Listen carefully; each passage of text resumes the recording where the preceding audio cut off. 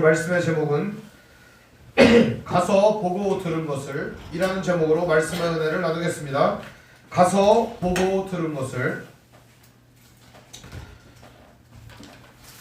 이 땅을 살아가는 동안 많은 사람들은 여러 가지 질고에 시달립니다. 이 질고라고 하는 것은 우리 인간이 안고 있는 근본적 문제들입니다. 첫 번째 문제는 잘 못 보는 문제입니다.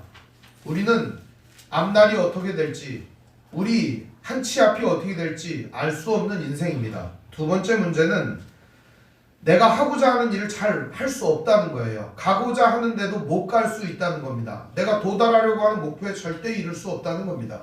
그게 인생의 문제입니다. 세 번째 문제는 이 심령과 마음 그리고 우리 영혼의 더러움을 깨끗하게 할 수 없다는 것입니다. 네 번째 문제는 남의 이야기를 잘 못 듣는다는 겁니다. 그리고 마땅히 들어야 할 이야기를 듣지 못한다는 데 문제가 있습니다. 다섯 번째 문제는 죽음의 문제입니다. 절대 해결할 수 없습니다. 이 죽음의 문제는 아무도 해결할 사람이 없다는 겁니다. 여섯 번째 문제는 바로 가난의 문제입니다. 가난은 나라님도 구제 못한다는 얘기가 있습니다. 가난의 문제는 굉장히 큰 문제입니다. 제자들이 가룟유다가 이런 얘기를 합니다. 이걸 팔아가지고 가난한 사람에게 나눠줬으면 좋겠다. 그랬더니 예수님이 이런 말씀을 하셨습니다. 가난한 자들은 너희와 항상 함께 있거니와. 가난한 사람들은 우리 주변에 언제나 함께 있습니다. 여러분, 아무리 우리가 애를 쓰고 많이 도와준다고 하더라도 가난한 사람은 절대 없어지지 않을 겁니다. 이 세상이 불공정하고, 이 세상이 불공평하고, 이 세상이 정의와 공의를 상실하고 말아먹는 세상이 되는 한은 절대적으로 가난은 사라지지 않을 겁니다. 또한 사람의 죄와 타락과 무능력함과 자기 자신의 연약함, 그런 것들이 사라지지 않는다면 이 문제는 해결될 수 없을 것입니다. 이런 문제들 속에 우리가 살아가고 있어요. 여러분은 어떤 문제들에 속하여 있습니까? 이런 문제들 가운데 살다 보면은 인생이 캄캄하게 보입니다. 이 중에 한 가지만 걸려 있어도 인생이 많이 힘든데 두 가지, 세 가지, 네 가지 걸려 있으면 인생살이가 참 힘듭니다. 빡빡합니다. 마치 네모난 바퀴를 가지고 굴러가는 자동차와 같습니다. 동그란 바퀴로도 달리기가 어려운데 네모난 바퀴로 달리려면 얼마나 힘들까요? 인생은 참으로 힘든 것입니다. 질고가 많은 것입니다. 그런데 이 모든 문제를 해결하시는 분이 있다고 성경은 말합니다. 그분이 누구냐? 바로 예수님이시라는 겁니다. 오늘은 그 예수님에 대한 얘기를 여러분에게 해볼까 합니다. 우리가 믿고 있는 예수님, 우리가 알고 있는 예수님, 오늘 우리를 위하여 이 땅에 내려오신 성탄의 예수님, 그 예수님을 우리는 얼마나 알고 있나? 그 예수님을 우리는 얼마나 이해하고 있는가? 그 예수님에 대하여 우리는 얼마나 말할 수 있는가? 우리는 오늘 시간 그 예수님에 대하여 살펴보고 그 예수님의 놀라운 이야기들을 한번 들어볼까 합니다. 오늘 여러분은 예수님에 대하여 얼마나 알고 계십니까? 예수를 믿고 있죠? 무엇을 믿고 계십니까? 우리가 예수님을 믿고 안다는 것은 무엇을 믿고 안다는 얘기 아니겠습니까? 보통은요, 태권도장에 한 5년 다녔습니다. 그런데 발차기를 제대로 못합니다. 그럼 여러분 뭐라고 하겠어요? 아, 그 발차기 하나 못해? 음악학원에 10년을 다녔습니다. 그런데 학교 종이 땡땡땡이를 제대로 못 부릅니다. 뭐라고 하겠습니까? 아이, 그것도 못 부르냐? 그럴 거 아닙니까? 근데 교회를 20년 다니고 30년 다녀도 예수님이 누구냐 물어보면 대답하기 어려워합니다. 그게 현실이에요. 왜 이런 일이 발생할까요? 오늘 우리가 평소 예수님이 누구신지를 묵상하지 않았기 때문입니다. 신앙생활의 가장 핵심적인 요소는 예수님이 누구신지를 묵상하는 겁니다. 찬송도 있잖아요. 주님을 묵상함이 즐겁도다 내 영혼 주 안에서 참 기쁘리. 내 영혼이 주님을 묵상할 때 기뻐지고 즐거워지는 거예요. 인생의 즐거움과 기쁨을 잃어버린 것은 주님을 묵상함이 사라졌기 때문인 거예요. 오늘 우리가 주님을 묵상하지 않기 때문에 알지 못하는 것입니다. 묵상이라고 하는 건 어려운 얘기가 아닙니다. 듣고 보고 말하고 관심 갖는 겁니다. 그게 묵상이에요. 여러분은 매일의 생활 가운데 무엇을 보고 듣고 가까이 하고 관심 갖고 있습니까? 그것이 주님이어야 한다는 겁니다. 그리스도인이 묵상해야 될 마땅한 바는 바로 주님, 우리 주 예수 그리스도여야 한다는 겁니다. 우리 주 예수 그리스도를 묵상하지 않는 사람이 어떻게 그리스도인이라 할 수 있겠습니까? 그리스도인은 우리 주 예수 그리스도를 묵상하는 사람이어야 합니다. 오늘 말씀은 세례 요한에 대한 이야기와 예수님과 그의 제자들에 관한 이야기를 다루고 있습니다. 세례 요한 역시도 깜빵에 갇혀 있었습니다. 그는 늘 묵상하는 바가 있었습니다. 이스라엘을 구원할 메시아를 묵상했습니다. 세례 요한은 그거를 묵상했어요. 그러다 보니까 이스라엘을 누가 와가지고 구원해 줄까? 이 이스라엘을 도대체 누가 회복시켜 줄까? 이 고통스러운 상황에서 누가 이 나라를 구원해 줄까? 어제 말씀해 주셨던 홍진근 목사님 말씀처럼 이스라엘은 그때 당시 로마의 식민지 나라였습니다. 마치 우리나라가 일제 식민지를 당하듯이 식민지 국가였습니다. 그러면 제일 먼저 원하는 게 뭐예요? 독립운동가들이 대개 하는 말이 있습니다. 우리의 소원은 첫째도 독립이요, 둘째도 독립이요, 셋째도 독립이다. 독립이었을 겁니다. 아마 이 유다 땅도 가장 큰 소원이 뭐냐 물어보면 로마로부터의 독립이라고 말했을 겁니다. 세례 요한도 역시 같은 마음이었을 거예요. 독립하고자 하는 마음이 강하게 있었을 겁니다. 그래서 도대체 이 이스라엘을 구원할 사람이 언제 오나? 근데 보니까 온 거예요. 자기에게 세례받으러. 납작 엎드려가지고 얘기합니다. 당신에게 내가 세례를 받아야 하는데 당신이 나에게 세례를 받으러 오면 어떡합니까? 저 사람들한테 세례를 주는 것처럼 나에게 내 세례를 주시오. 예수님 말합니다. 그때 세례 요한은 순종하는 마음으로 세례를 베풉니다. 하늘이 열리고 하나님의 음성이 들립니다. 이는 내 사랑하는 자요, 내 기뻐하는 자라. 내가 그를 좋아한다. 예수님에게 하신 그 말씀이 오늘 이 땅에 그리스도와 함께하는 모든 이들에게 하시는 말씀인 줄 믿으시길 바랍니다. 바로 저와 여러분들에게, 우리에게 이 말씀 주시는 겁니다. 우리가 바로 하나님의 사랑받는 아들, 딸이라는 것을 가르쳐 주신 것입니다. 세례 요한은 듣고 놀랬고 거기 안에 있는 모든 사람들도 듣고 놀랬습니다. 그런데 그때 세례 요한은 그가 메시아인 줄 알아봤습니다. 평생토록 고대하던 메시아가 이제 오셨구나. 이스라엘을 구원하겠구나. 이제 이스라엘을 해방하겠구나. 그리고 나서 세례 요한은요, 깜빵에 갇히게 됩니다. 이유는 간단합니다. 헤롯이라고 하는 그 대왕이 있습니다. 대왕은 아니에요. 찌질한 왕인데 왜 대왕이라고 하냐면 이 아들들은 한 직산, 판정리 이런 데 다스리는 분봉왕이었어요. 그러니까 지역의 왕이었고 자기 아버지는 온 유대를 다스리는 왕이었으니까 대왕이라는 칭호를 붙여주는 거예요. 그런데 이 아들들 중에서 큰아들, 그리고 둘째 아들, 셋째 아들에 관한 얘기예요. 큰아들이 버린 여자가 있습니다. 유대 여자인데요. 이 여자를 갖다가 이제 그 헤롯 빌립의 여자를 갖다가 헤롯 안티파스가 취한 겁니다. 그러니까 그거를 갖다가 빌미를 잡아가지고 뭐라고 얘기하냐? 어떻게 형제의 마누라를 뺏어가지고 자기 아내를 삼을 수가 있느냐? 왕이 그것도 세례 요한이 큰 소리를 친 겁니다. 자일피를 미루고 있었어요. 왜 그러냐면 세례 요한이 워낙에 다른 사람들이 많거든요. 그러니까 어떻게 했느냐? 이 세례 요한을 갖다가 깜빵에다 집어쳐 넣어버립니다. 말을 못하게. 빌미를 잡아가지고 왕을 능멸했다 이런 죄겠죠. 근데 그 감옥에서 일어난 이야기가 오늘 얘기입니다. 자기가 고대하던 메시아가 왔는데 제자들에게 얘기를 듣고 보니까 이 예수님이라고 하는 사람이 말입니다. 맨날 세리, 죄인, 창녀, 이방인 이런 사람들하고 어울려가지고 맨날 고기 먹고 포도주 먹고 맨날 잠이나 자고 그런 사람들하고 어울려 다니는 거예요. 그리고 회당이나 이런 데도 가기도 하지만 성전에도 가끔 가지만 들판에서 막 떠든다는 거예요. 들판에서. 이러면 안 되는데 이분이 메시아가 맞나? 그런 생각이 드는 겁니다. 세례 요한이 기다렸던 건 누구죠? 메시아, 이스라엘의 구원자였습니다. 그러나 예수님은 메시아, 이스라엘의 구원자로만 오신 분은 아니었습니다. 온 인류의 구원자로 오신 분이었습니다. 세례 요한의 스펙트럼은 요만큼이었어요. 그가 보는 눈은 이만큼이었어요. 그가 예수님을 볼 수 있는 눈은 이만큼이었다는 거예요. 예수님의 놀라움을 보지 못했던 것이죠. 그러니까 그는 이 작은 자기 자신의 렌즈로 예수님을 바라보고 있었다는 것이죠. 오늘 우리들도 하나님을 이 우리의 작은 렌즈로 바라볼 수가 있어요. 우리의 이 작은 눈으로 하나님을 볼 수가 있어요. 그렇기 때문에 하나님은 이런 분이실 거야 라고 내 눈으로 이렇게 보는 게 다라고 생각하는 거죠.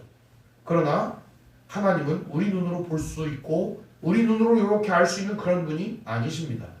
광대한 분이십니다. 넓으신 분이라는 거죠. 엄청난 분이라는 거죠.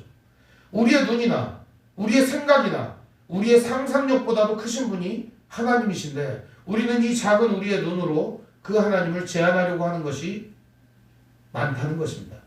여기서부터 가장 큰 문제점이 출발하는 겁니다. 세례 요한은 적어도 예수님을 메시아로 볼 수 있었고 예수님을 구원자로 볼 수 있는 눈이 있었지만 그도 역시 좁은 시각으로 예수님을 보고 있었다는 겁니다. 오늘 여러분은 예수님을 어떤 시각으로 보고 계십니까?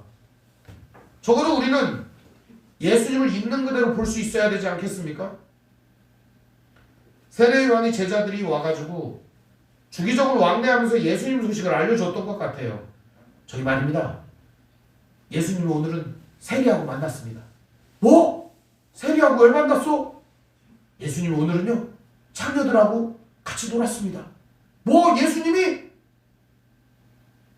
오늘은요 문둥병자하고 같이 해가지고 그 병자를 막 만져줬어요. 어우 더러워. 이 얘기를 해주는 거예요.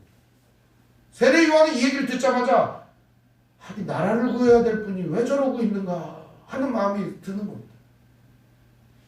메시아가 맞나? 의심이 들었습니다. 그래서 제자들에게 이야기합니다. 가가지고 진짜 그 양반이 메시아가 맞나 물어봐라. 내가 미치겠다. 이대로 죽을 수는 없다. 깜빵에서. 그 얘기가 오늘 말씀 18, 19절에 나와 있습니다. 우리 같이 한번 읽어보겠습니다. 시작.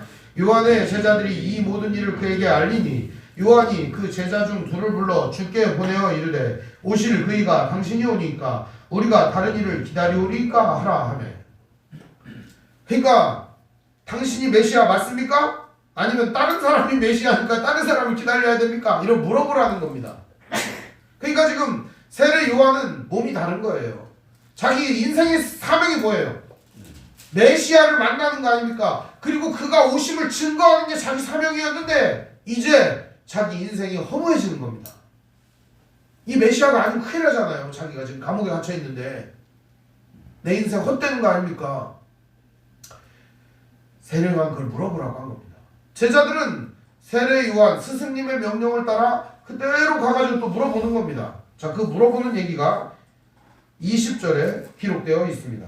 우리 같이 20절도 같이 읽어보겠습니다. 그들이 예수께 나아가 이르되 세례 요한이 우리를 보내어 당신께 여쭈어 보라고 하기를 오실 그이가 당신이 오리까 우리가 다른 일을 기다리오리까 하도이다 하니. 그죠?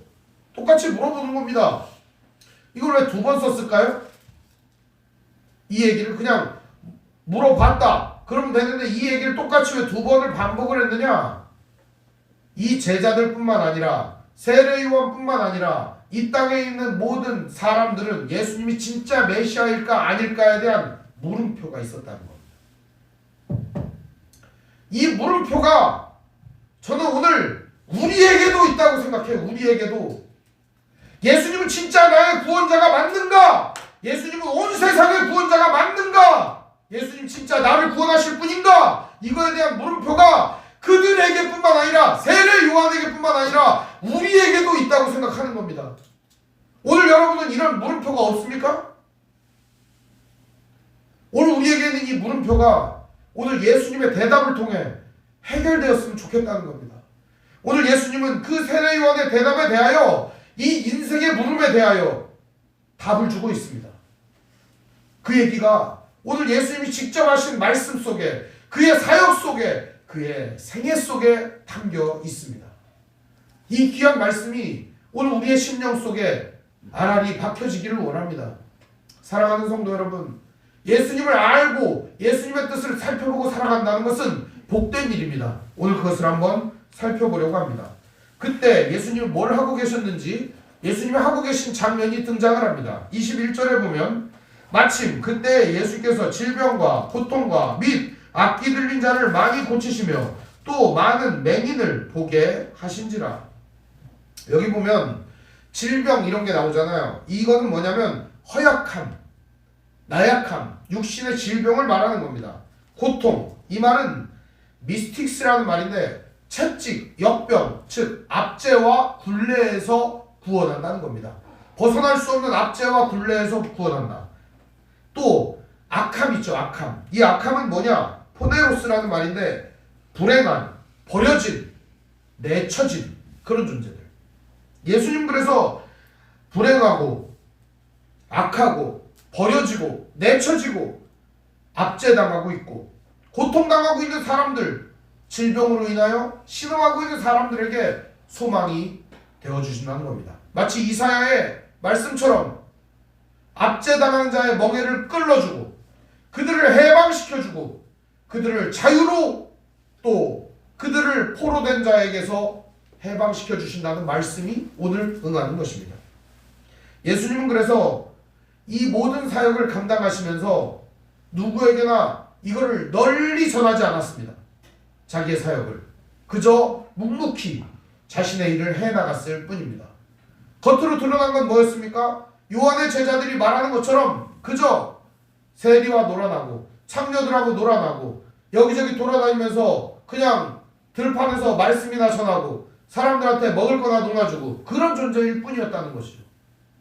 예수님 그렇게 폄훼할 수도 있습니다. 가난한 자들의 친구였다. 고통당하는 사람들을 눈물을 씻겨줬다. 이 정도로 생각할 수 있습니다. 예수님 그게 아니었다는 겁니다. 온 우주, 온 인류의 구원자로서 예수님 오셨다는 겁니다. 자, 그럼 예수님 어떤 분인가? 스스로가 이렇게 말합니다. 우리 22절을 같이 읽어보겠습니다. 시작. 예수께서 대답하여 이르시되 너희는 가서 보고 들은 것을 요한에게 알리되 맹인이 보며 못 걷는 사람이 걸으며 나병 환자가 깨끗함을 받으며 귀먹은 사람이 들으며 죽은 자가 살아나며 가난한 자에게 복음이 전파된다 하라. 아멘. 먼저 첫 번째로 예수님이 자신이 누구인지를 세례 요한에게 알려주라고 얘기를 합니다. 알려줘라 가서. 오늘 우리도 이 사실을 알려주어야 할 책임이 있습니다. 예수님이 하신 말씀 첫 번째는 뭐냐? 맹인이 보며 그랬습니다. 이 맹인이라고 하는 말은 이제 시각장애인을 낮춰 부르는 말입니다. 근데 여기에 말하는 건 원래 티플로스라는 말인데요. 이 말은 정신 혹은 육체적으로 장님을 의미합니다. 정신적으로 육체적으로 장님을 의미해요. 보지 못하는 것, 봐야 할 것을 보지 못하는 사람들을 의미하는 겁니다. 마땅히 봐야 할 것을 보지 못하는 사람 많이 있죠. 그게 누굴까요? 그게 바로 남입니다. 마땅히 봐야 될 것을 보지 못하는 그 사람, 그 사람이 바로 나입니다. 마땅히 봐야 될 것을 보게 된다면 우리는 어떨까요? 침묵하게 될 수밖에 없고, 마땅히 봐야 될 것을 보게 된다면 우리는 놀랄 수밖에 없습니다. 우리의 눈이 어두워져서 보지 못하는 것입니다. 예수님은 물리적, 육체적인 눈도 보이게 해주셨던 분입니다.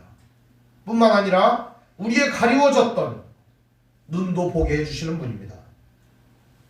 한마디로 얘기하면 예수님이 오시기 전까지는 하나님이 좋은 분이라는 걸 알 수 없었어요, 사람들이. 예수님이 오시기 전까지는 하나님이 여전히 우리를 사랑하신다는 것을 알 수가 없었어요, 아무도. 예수님이 오시기 전까지는 사람들이 하나님 얘기를 못했어요. 뭐 신이 다 똑같지 뭐 이런 생각했다는 거예요. 그러나 자기 아들을 아끼지 아니하시고 이 땅에 내려주시는 그 하나님 아버지를 볼 때 지금까지 태초부터 이끌어오신 하나님의 사랑을 보여주신 분이 예수님이시라는 겁니다. 예수님을 통해서 우리는 뭐죠? 하나님을 보게 됩니다. 하나님의 사랑을 알게 됩니다. 그분이 얼마나 사랑이 많고 따뜻하고 오늘 우리의 아버지가 되시는지를 보게 한다는 겁니다. 그게 예수님의 오심의 목적이에요.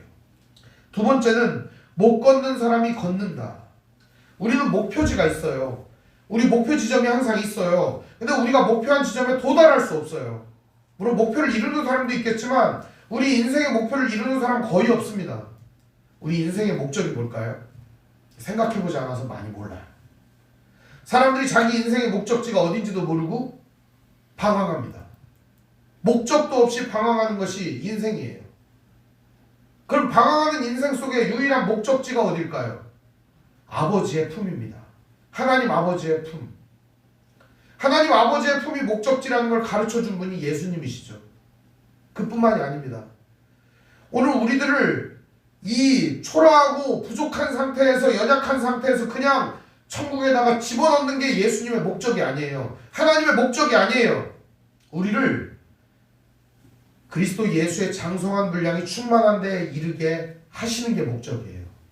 연약하고 나약하고 부족하고 병들고 고통스러운 나를 완전하신 그리스도 예수의 형상으로 빚어지고 만들어 가시는 게 하나님의 목적이에요. 비록 우리는 지금 초라하지만 예수님을 통해 우리는 완성될 것을 믿는 겁니다. 그래서 우리는 하나님의 뜻대로 한 발자국도 걸을 수 없는 사람들이었어요. 근데 못 걷는 사람이 어떻게 됐어요? 걷게 됐어요.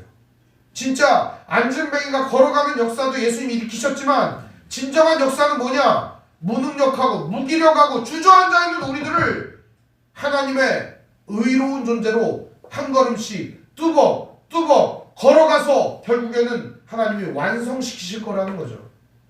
지금 우리는 연약하죠. 지금 이 상태는 너무나도 보잘것없죠. 그러나 하나님께서는 우리를 그리스도 예수의 장성한 분량이 충만한데 예수님의 형상을 본받는 데까지 만들어 주신다는 겁니다. 완전히 컨폼드, 우리를 완전히 본떠서 예수님처럼 만들어 주시겠다는 겁니다.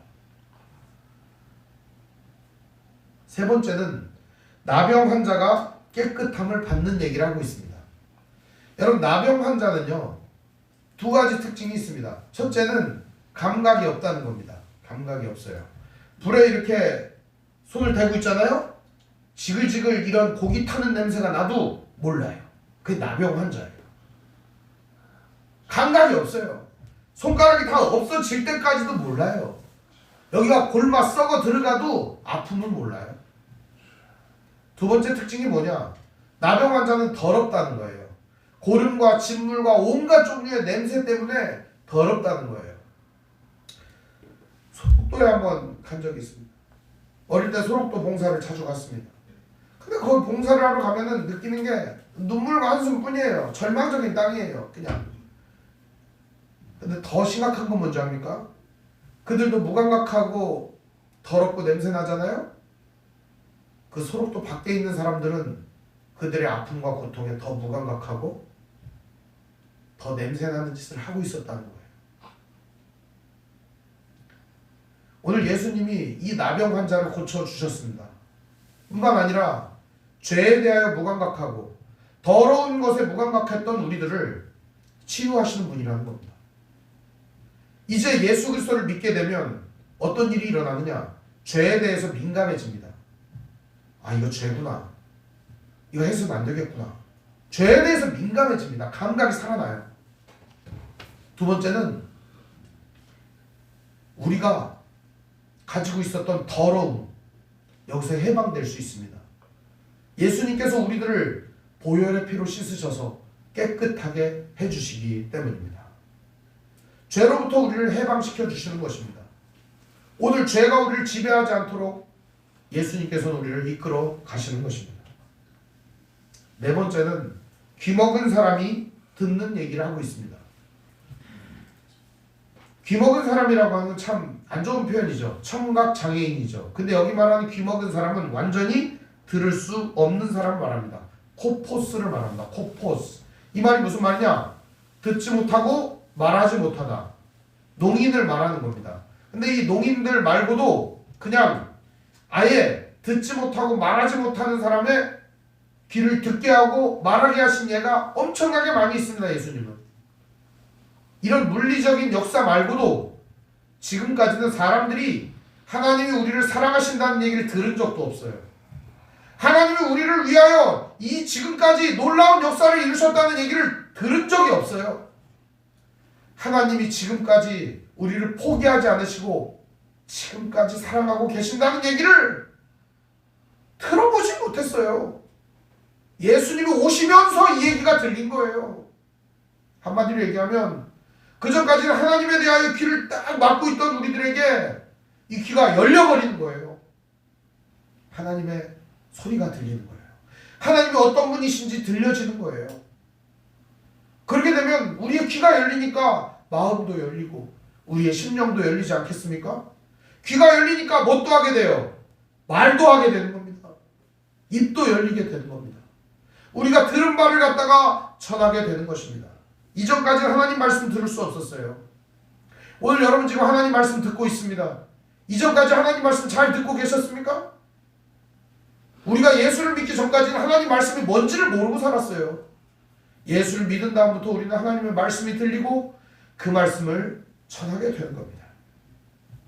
결정적으로 예수님이 이렇게도 말씀하십니다. 죽은 자가 살아나며. 여러분 죽었다는 건 소망이 없다는 거예요. 무덤에 여러분 가보세요. 소망이 있나? 소망 없어요. 죽은 사람한테 돌덩어리를 아무리 얹어놔보세요. 무겁다고 하나? 무게도 못 느껴요. 무감각해요. 오늘 죽음과 사망, 이건 그냥 절망이에요. 절망. 절망 가운데 있는 우리에게 유일한 소망으로 오셨다는 거예요. 부활의 소망을 주신 분이시고 부활의 첫 열매가 되셔서 우리에게 부활 소망을 주신 분이 바로 예수님이시라는 겁니다. 그 예수님이 오늘 죽은 자가 살아난다는 것을 얘기해 주고 있는 겁니다. 오늘 말씀은 여기서 멈추는 게 아니라 마지막으로는 가난한 자들에게 복음이 전파된다 이렇게 얘기를 합니다. 이 가난한 자라는 말은 푸토코스라는 말입니다. 빈민 혹은 가난한 자, 없는 자, 파산한 사람, 그런 사람을 푸토코스라고 말합니다. 근데 이게 무슨 말이냐면 심령이 가난한 자는 복이 있나니 천국이 저희 것이며 이런 말이 있죠. 그 말처럼 가난한 자, 즉 완전히 파산 상태에 있는 자, 절망적이고 소망이 없고 희망을 상실하고 완전히 모든 것을 잃어버린 그 사람에게 주님이 소망이 되주신다는 겁니다. 왜죠?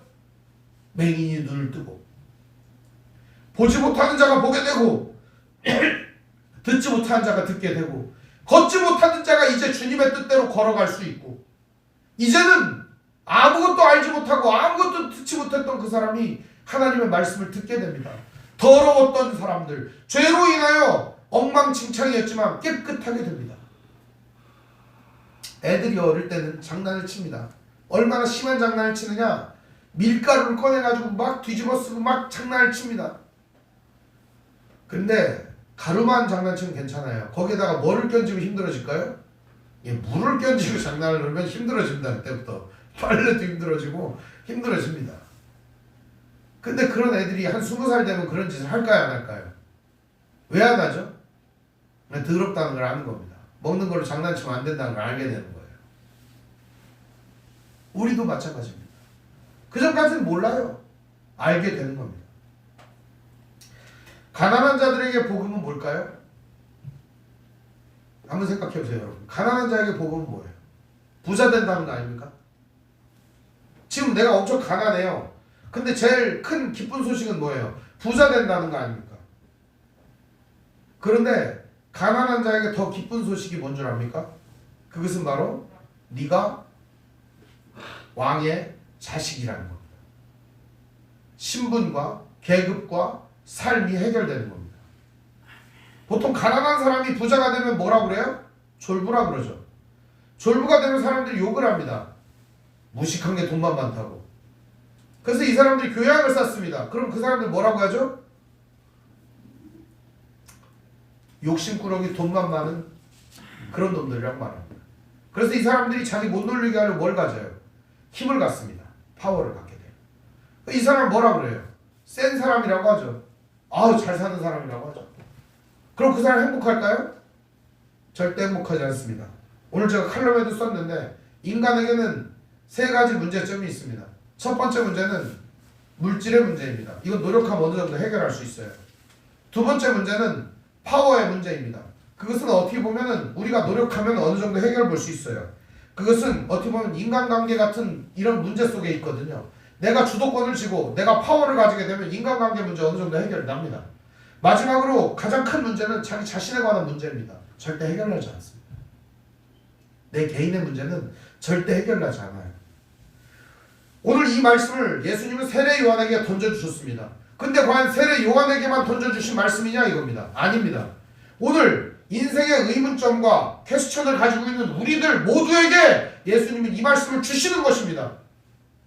그래서 우리가 이 말씀을 받을 때, 이 말씀을 들을 때, 이 말씀을 깨달을 때, 아, 예수님이 오셔서 내가 이 모든 것을 깨닫게 되었구나 하는 걸 알게 되는 겁니다. 다른 데서 알게 된 게 아니에요, 여러분. 이게 예수님이 이 땅에 성탄하심으로 알게 된 거예요. 예수님께서 하늘의 보좌를 버리시고 낮고 천한 이 땅에 내려오셔서 인간의 몸을 입으셨을 때 이루어진 일이라는 사실입니다. 그분이 자기의 모든 권위를 버리시고 십자가에 자기 자신을 던져 죽으실 때 이루신 일이라는 겁니다. 죽음과 사망의 권세를 이기시고 부활하실 때 이루어진 일이라는 사실입니다. 그 예수님은 오늘 우리에게 다시 오시마 약속해 주셨습니다. 우리는 다시 오실 예수님을 믿음으로 기다립니다. 사랑하는 성도 여러분, 어떤 사람이 이렇게 얘기합니다. 부활을 믿어? 너 부활 믿어? 아니 죽어보지도 않았으면서 어떻게 믿어? 전 그 사람에게 이런 얘기를 해주고 싶어요. 나는 우리 엄마가 좋아요. 우리 엄마가 좋아요. 엄마가 어릴 때 밥도 해주고 빨래도 해주고 제가 아프면은 업고서 저기 성안까지 한 4km 되는데 맨발로 뛰어갔어요. 자갈밭을 병원에다가 눕히느라고. 그걸 한 번만 한 게 아니고 수십 번 했대요. 그뿐만이 아니에요. 제가 아프면은 간호도 해주고 어린 시절 저를 위해서 눈물로 기도를 했대요. 이런 얘기를 해요. 눈물로 뭉쳐도 너는 만들 수 있겠다. 얼마나 많은 눈물을 흘렸다는 거예요. 어쩌면 어머니의 눈물이 참 좋습니다. 그런 어머니가 이렇게 얘기를 하는 겁니다. 내일 엄마가 너하고 대공원에 갈게. 이런 약속을 주셨습니다. 그럼 그 약속을 믿어야 돼요? 말아야 돼요? 엄마는 분명히 안 지킬 거예요. 나는 그렇게 생각 안 해요. 나는 우리 엄마가 약속을 지킬 거라고 생각해요. 예, 내가 내일은 맛있는 불고기를 해줄게. 그러면 나는 우리 엄마 말을 믿어요. 엄마가 그 전까지 한 게 있기 때문에 나는 엄마 말 믿어요. 엄마 얘기를 왜 꺼냈는지 아세요? 오늘 하나님께서 우리를 위하여 지금까지 행하신 놀라운 역사들을 보세요. 하나님 말씀하시고 이루시는 분이십니다. 한 번도 거스린 적이 없어요. 우리 엄마하고 비교하는 것 자체가 불가능한 분이죠. 그 하나님이 오늘 약속을 주셨어요. 그거 믿을 만한 거 아닙니까? 그게 진짜 믿을 만한 거 아니에요? 내가 우리 엄마도 믿는데 우리 하나님을 못 믿는다고요? 그게 이상한 거 아닙니까? 오늘 우리는 가서 보고 들은 것을 전해야 합니다. 의심 가지고 있는 세례 요한 같은 많은 사람들에게 이 말씀을 전해 주어야 할 책임이 우리에게 있습니다. 보지 못하는 자들에게 하나님의 사랑을 보여주세요. 여러분, 아직도 더러운 자리에 웅크리고 앉아 쪼그리고 앉아 슬퍼하고 괴로워하고 있는 사람들을 일으켜주세요. 그들을 걸을 수 있도록 도와주세요. 듣지 못하는 사람들에게 들려주세요. 하나님의 사랑을. 아직도 죄악 가운데 더러움 가운데 행하고 있는 사람들에게 깨끗함이 무엇인지 가르쳐주세요. 사망 가운데 여전히 종노릇하고 있는 사람들에게 가르쳐주세요. 여기가 끝이 아니라고, 소망이 있다고 가르쳐주시기 바랍니다. 이 땅에서 아무것도 없고 이 땅에서 무너져 있는 자존심 가지고 살아가고 있는 그 사람들에게 말해주세요. 하나님이 당신의 아버지라고 말입니다. 그게 복음입니다. 예수님이 당신을 사랑하신다고, 예수님이 당신을 위해 죽어주셨다고. 오늘 그게 복음이에요. 우리는 가서 보고 들은 이것을 전하는 귀한 성도들 되시기를 바랍니다. 2021년도가 저물어 갑니다. 2021년도에 우리는 예수님을 열심히 믿었습니다. 이제 앞으로도 예수님 열심히 믿을 겁니다. 잘 믿을 겁니다. 오늘 이 예수님을 여러분들도 여러분들의 이웃과 형제와 자매와 친구들에게 선물해 주시기를 바랍니다. 가장 좋은 선물은 바로 이 예수님을 선물해 주시는 겁니다. 사랑하는 성도 여러분, 예수님은 이렇게 말합니다. 결론의 말씀 우리 한번 보겠습니다. 23절입니다. 같이 읽을까요? 누구든지 나로 말미암아 실족하지 아니하는 자는 복이 있도다 하시니라. 예수님 때문에 넘어지는 사람들이 있어요. 예수님 때문에 걸려 넘어지는 사람이 있어요. 그 무슨 얘기냐면 예수님을 보지 못하고 듣지 못하고 알지 못하는 사람들이 걸려 넘어지는 거예요. 그 걸려 넘어지지 않는 사람들에게 복이 있다고 얘기합니다. 혹시 여러분 주변에 걸려 넘어진 분이 있다면 그분에게 바른 진리를 가르쳐 주시기를 바랍니다. 그게 오늘 우리의 사명이 아닐까 저는 생각합니다. 사랑하는 성도 여러분, 예수님을 우리가 믿습니다. 믿는다는 건 곧 그 뜻대로 따른다는 것이고 행한다는 겁니다. 오늘도 예수님의 뜻이 우리의 뜻이 되고 하나님의 마음이 우리의 마음이 되는 기적적인 시간이 되기를 주님의 이름으로 축원드립니다. 기도하겠습니다. 사랑과 은혜가 풍성하신 아버지 하나님, 은혜와 사랑을 감사드립니다.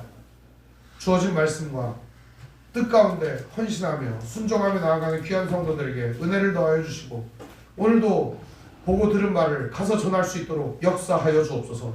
우리 주 예수님의 이름으로 기도합니다. 아멘.